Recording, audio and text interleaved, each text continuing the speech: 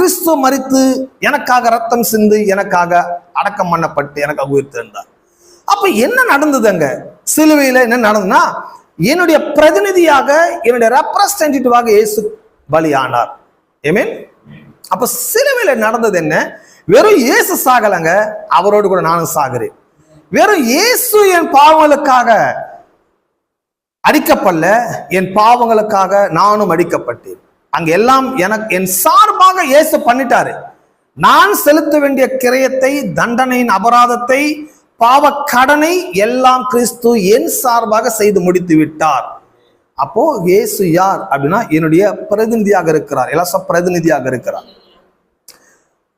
அப்ப இந்த பிரதிநிதியாக கிறிஸ்து எனக்காக இவ்வளவு பண்ணிட்டு உயிர் தெழுந்தார் அல்லவா? உயிர் தெழுதல் நேரத்தில் என்ன நடந்ததுன்னா, அவருடனே கூட நானும் உயிர் தெழுந்தேன். எல்லாம் நானும் உயிர் தெழுந்தேன். அப்ப என்ன நடந்துச்சு? கிறிஸ்தவர்களுக்கு என்ன நடந்துச்சு?